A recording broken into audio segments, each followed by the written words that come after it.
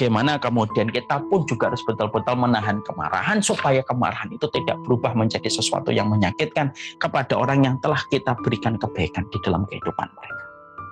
Ingat loh, berbuat baik kepada makhluk itu ujiannya bukan ketika kita pertama kali membantu mereka, tapi ujiannya itu adalah ketika kita sudah membantu mereka, terkadang feedback yang kita dapatkan tidak sesuai dengan apa yang kita harapkan. Ada yang cuek, ada yang biasa, ada yang justru seudon dengan kebaikan yang diberikan. Bahkan tidak sedikit yang menganggap angin lalu kebaikan yang telah kita berikan kepada mereka. Tapi walaupun semacam itu, diingatkan betul di dalam buku ini, janganlah sampai menyakiti, jangan sampai meluapkan kemarahannya. Karena itu hal yang sering terjadi dalam perjalanan kita ketika membantu orang. Allah memisalkan, orang yang membantu orang, sedekah, itu memberikan manfaat.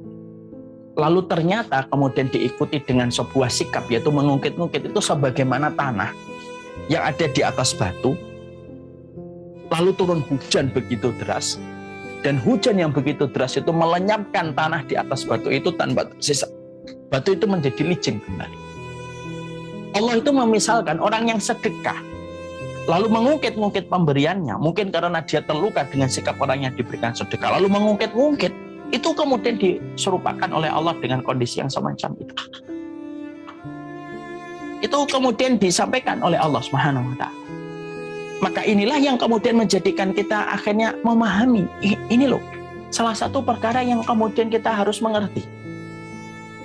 Bahwasanya komitmen di dalam memberikan kebaikan itu ya sudah letakkan karena Allah.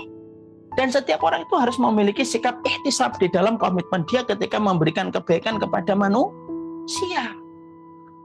Karena bisa jadi orang yang kamu berikan kebaikan, orang yang kamu tanam manfaat pada kehidupan mereka, bisa jadi mereka akan menjadi ujian untuk kita. Dan Allah menjadikan itu ujian bagi kita untuk menguji sebatas mana keikhlasan kita ketika beramal. Apakah karena mengharapkan feedback dari kebaikan manusia itu, ataukah semata-mata karena Allah? Apakah setiap orang yang berbuat baik akan mendapatkan feedback yang baik? Belum tentu, belum tentu.